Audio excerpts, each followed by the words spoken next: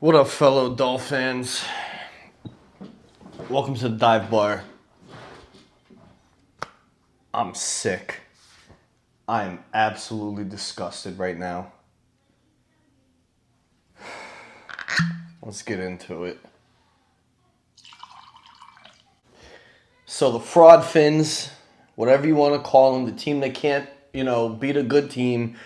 Or I guess we're now finding out that the team that can't beat a really tough and physical defense because the Fins lose 28-27 Monday Night Football at the Rock at home in front of a raucous sold out crowd. I mean, like they literally snatched defeat from the jaws of victory.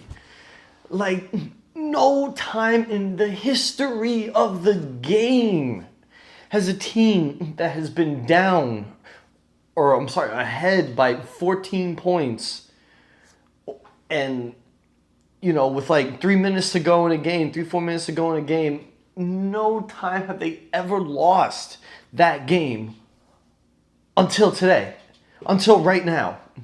And I mean, they were gifted the game. Tennessee was begging them to win that game. And Tennessee said, "Oh, here's a fumble. Oh, might go to the end zone. Here, let me try to grab it now. It bounced off my hands. You get the ball like inside the 10-yard line. Oh, I'm gonna pitch it out to Derrick Henry. The ball hits him in the hands up high, goes over there. You recover it. You're doing all kinds of crazy dances. The only time you score a touchdown on offense is because you're given the ball in the red zone. Other than that, you were like 0 for 3 in the red zone.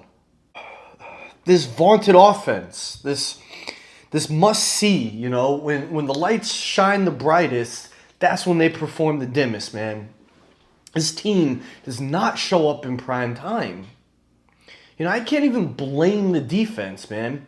Like, the defense had more points than the offense did in the first half. Zach Sealer with a beautiful pick six, off of the kid Will Levis.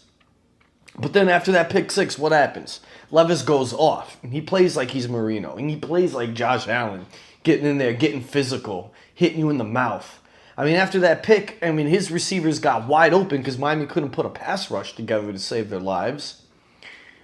And then Levis finishes with, what? 327 yards and a touchdown? He goes 23 for 38. Outplayed Tua.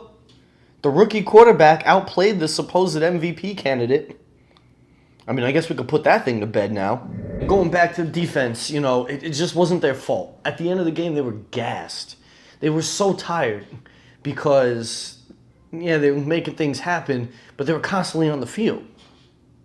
Because you get even with the 2 touchdowns that Miami got, you get quick touchdowns, and then the defense is right back on the field. And they just couldn't hold it together. They couldn't get the pass rush, so nobody could get in Levis's face, and those receivers are just wide open. After the pressures stop coming, you can't buy a sack, and then what do? You played a good defensive game the majority of the game, right? One of the big things that you want to do when you play Tennessee is take Derrick Henry out of it. You did that. Henry had 17 carries, only 35 yards. That's like 2 yards a carry. You held him down. Most of the game, you're doing okay, but you can't cover DeAndre Hopkins. Guy has 7 catches for $124 and a touchdown. And then you got Spears on the other side getting 6 catches for 89. Without a pass rush, and when this guy has all day to throw, he's finding wide open receivers. Even when you do get a pass rush and you get this close to getting them, Bradley Chubb had him dead to rights on a sack. And he just ducks under it, scrambles on a 3rd down. Doesn't get the 1st down, but Bradley Chubb got so frustrated that he didn't get that sack and couldn't get him, that he was able to scramble, that he slams his helmet, boom, and that's a penalty. 3 yards, 1st down. Just couldn't get home when it mattered most. Van Ginkel, Agba, they made some good plays. They weren't getting the sacks, but Agba got a deflection. Van Ginkel got a pressure or two maybe, but it just was not, Christian Wilkins had a sack, but it was just not a good game for the pass rush. The blitzes were picked up, and Fangio's defense, like, they shined in the beginning of the game. They really did. But when the second half came, they just, I don't know, too much time on the field, too many plays. They just crumbled. Couldn't do nothing. That first half of football, some of the ugliest football I've ever seen. I mean, you get down there in the red zone, and Tua fumbles the ball twice on one play. After Connor Williams goes out. Injuries, right? Friggin', he gets rolled up. He's out in brace. Misses the rest of the game. You're already without Javon Holland. You're already without Teron Armstead. And then in the first friggin' drive of the game, like 3 consecutive plays, you had X-Man go down on a third down. And then you got Jalen Waddle gets the crap hit out of him in the middle of the field. And Tua left him out to dry. And then you get Tyreek, who gets that ankle rolled up on pretty hard and misses the second and third quarters. But before that, you had Connor Williams go down on the first drive. Part of the consecutive. So it was X-Man, then Waddle, then Connor, and then later in the first you had Tyreek. I mean, just the absolute worst way you could start a football game. The ugliest football. You get a field goal blocked, but props to Tennessee, man. They never gave up. They scored quick near the end of the game, like 2 minutes and change to go. You score quick, and then the new trend in the NFL is you go for 2. So if you don't get it, then if you you get another touchdown, you can potentially tie it up on a 2-point conversion, or like Tennessee was able to do, you go for 2, you get the 8 points, and then you can win the game on an extra point, which is exactly how they won it today. That offense, I mean, they were not as smooth as Tennessee whiskey, all right? 3 freaking quarters without an offensive touchdown, even though you're gifted the ball, or you're driving the ball, I should say, and you get within the 5 and you fumble twice on one play. Part of it, Liam Eichenberg, and the snap, him and Tua were working on it on the next, while the defense was out there on Tennessee's offensive drive. But Tua, listen, where'd he go? He disappeared. He's outplayed by a rookie. His streak of consecutive games with a touchdown pass ends at 21 because Miami's only offensive touchdowns were 2 Raheem Mostert runs. He didn't play the game that he usually plays. He missed throwing an interception, on one where he was trying to roll out and try to throw it across the middle to Waddle, who he went one way and the ball went the other way and was right to the defender. Could have been picked sixth. And then, he just overthrew Achane on what woulda, coulda, shoulda been a touchdown. Achane was one-on-one, I think maybe with a linebacker or something. I guess running a wheel out of the backfield, wide open, nobody over the top. Tua misses it. Tua never misses that pass, especially this season. He gets Waddle hurt on that first drive. He throws it. He waits too long, holds onto the ball too long, then chucks it up to the guy who, the safety or whoever was in the middle, linebacker, the guy's lurking. As soon as Waddle catches it, he's crushed. Could have broke a rib on the damn play. And in his performance today, just like, when we needed him the most, he just doesn't show up. You go back to the Philly game, I think it was, on 4th down. Not the best snap, but still goes off of his fingers on 4th down. You lose the game. Today, on a 3rd down play, he freaking slips. Nobody touches him. Gets eaten up by the turf monster on a big 3rd down. And then the 4th down to end the game basically stumbles right into the defender's arms. When the play breaks down, he doesn't know what to do. He's unsure about himself. He doesn't know if he wants to run. And he's an awkward runner. That's just not a part of his game, right? But he can't improvise. If it's not a rehearsed move, because like you see, he does a lot of rehearsal on those spins out of pressures, and any moving in the pocket he does is pretty choreographed. But when he runs into like that Mahomes, Allen, Burrow type situation of when the play's breaking down, he just doesn't know what to do. He needs the perfect pocket, or he can't function. He can't perform. He's short circuits, right? And when the lights are brightest, he fades. This team fades. And speaking of fades, it's like Tyreek Hill is like 5'8", and you're trying to throw fades to the guy in the corner of the end zone. Like, that's what Chase Claypool is supposed to be doing on this team. He's the big body. He can run a fade route and put him in the damn game. Is he that bad? Is he that awful that you just bench him constantly? I've been saying this for weeks, man. Like, Miami needs to find ways to get other players involved in the offense. Cheetah is the MVP of this team because you depend on him for everything. You're able to find other guys because they're so worried about what the Cheetah's doing and what he's going to do. That's how you're able to hit Waddle underneath and hit some of these linebackers. Durham Smythe. It's because of what the Cheetah does. But when he's not out there, and he wasn't for the second and third quarter, like, what do? And the offense completely sputters. Mike McDaniel doesn't know what to do. Abandons the run too quick. You get in the red zone, you're trying to start to throw the ball in the end zone every damn play. Instead of just running it, smashing it up their mouth. I mean, Raheem Mostert could do it. He's a speed guy, but he seems to be our power back because he's the only one that runs with balls. Cheetah finishes only four catches, 61 yards, man. The dream of 2,000 yards, probably gone.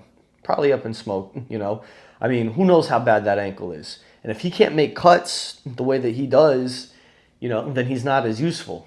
He's a good deep koi for going deep, and he might be able to get a couple of deep ones thrown to him. But, he's not usually a straight line guy. Movement's a part of his game. So if he doesn't have that movement, like, how good is he going to be on a bum ankle? Is he going to miss the game versus the Jets? Are they going to hold him back so he can be healthy for the stretch down the season? To end the season? I mean, who knows? Mostert, running, the kid runs hard, bro. He got 21 carries for 96 yards, 2 touchdowns, right? That's 16 rushing touchdowns on the season. He ties Ricky Williams for most in team history in a single season, which is awesome. Especially with all the other scoring the team does, all the touchdowns that Hill has, all the touchdowns that Devon Achane has. So he's scoring a lot. He's a good player. Give him the ball more in the red zone. The offensive line shows that they can block. You can go outside, and you can win the matchups up the middle. Like, Tennessee's line was pretty depleted. They were having a rough one. Run it at them. Try it. See if it works. And then after the Titans score that quick touchdown, you still got like 2 minutes and 40 or whatever. You got a bunch of time left, right? The most important offensive drive of the game for you, other than the final drive, you go 3 and out. You can't even get 10 friggin' yards to ice the damn game. They're using their timeouts. You can't get 10 yards. It's December. Gotta figure this offense out. Next week, that's an important game. You got the Jets coming to the Rock. The Jets were embarrassed by Miami a few weeks ago up in the Meadowlands. And they're going to be looking for revenge. Zach Wilson's back, and he had like the best game of his career on Sunday. Division games are the toughest games because these teams know each other. They know the intricacies. They know the ins and outs. They know what they're gonna do. And the Jets will want to play spoiler. They know they're not going to the playoffs, but to mess us up, I mean, come on, they're gonna be playing the hardest game of football. And Miami, let's just admit it. I'm sure they won the game last week, but they spiral in December, it seems. That's just very on brand for Dolphins football. You spiral out of control in December. Now, you cannot let this continue to spiral downward. You lose to Tennessee, a 4-8 team at the time. You, quote unquote, should have beat. Like, you kept them in it the whole game. You kick yourselves in the foot. You cannot do that against a division opponent. You're going to be reeling from injuries. Like we said, we don't know how long Connor Williams is going to be out for. Okay? That line is so thin, so depleted. All right? You don't know how the cheetah's going to be coming off the ankle. Everybody's dealing with stuff. Mostert's dealing with like an ankle or a knee or some ribs or whatever. Like, everybody's dealing with stuff. I got so greedy, man. I actually wanted Buffalo to win yesterday because I'm looking at the standings. I'm like, KC losing is good for us. I'm greedy. I want that 1 seed, right? Now you got to worry about winning your damn division. Buffalo's only 2 games down, and there's 4 games to go. And you got a tough division game coming up this week, right? Or this next Sunday. And then you got, 3 games against 3 of the best teams in the league. A Dallas team that wiped the floor with Philly. A Baltimore team that, they themselves had a nice comeback win and overtime thriller. So they're on top. They're the number 1 team in the East now. In the AFC, I mean. And then you finish against the Bills. So this stretch is so crucial.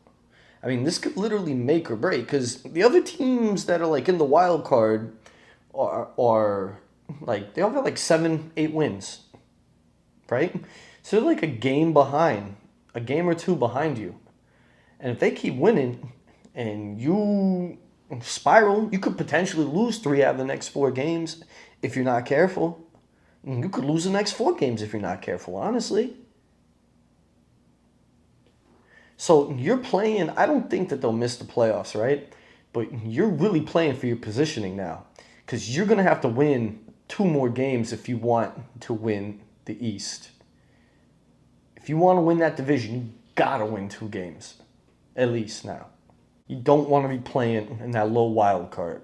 Like, you do not want to go from the first, from first atop of the AFC to one of the last 2 teams to make it in the wild card.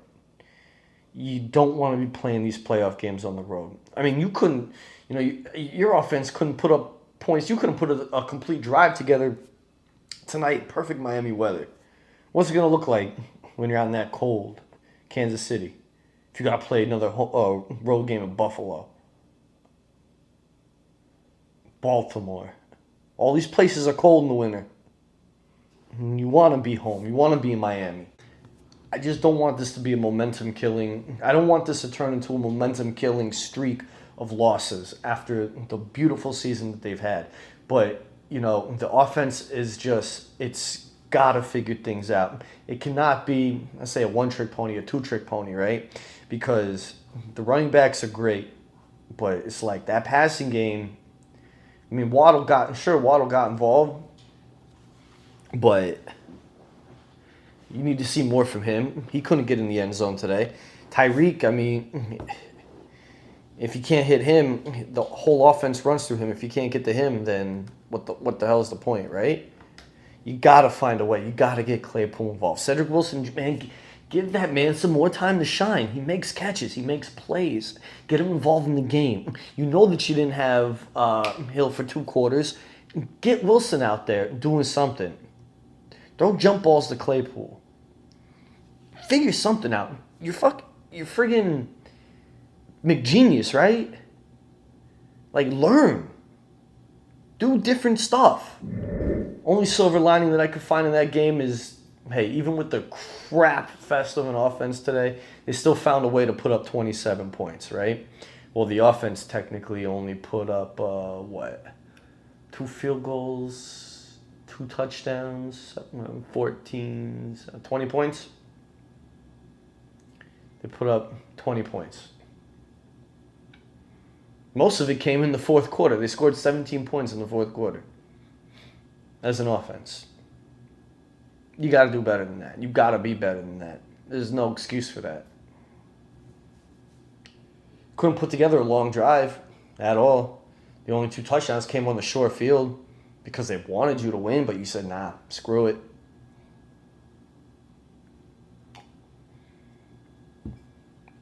Like this team, they're going to learn who they are. They're really going to learn who they are. They're going to find out a lot about themselves in this Jets game and then the games after. They're going to find out a lot about, we as fans are going to find out who they are, a lot about them over the course of these next 4 games. We're going to see how bad they want it, and we're going to see if they can put it together for 4 quarters in all 3 phases.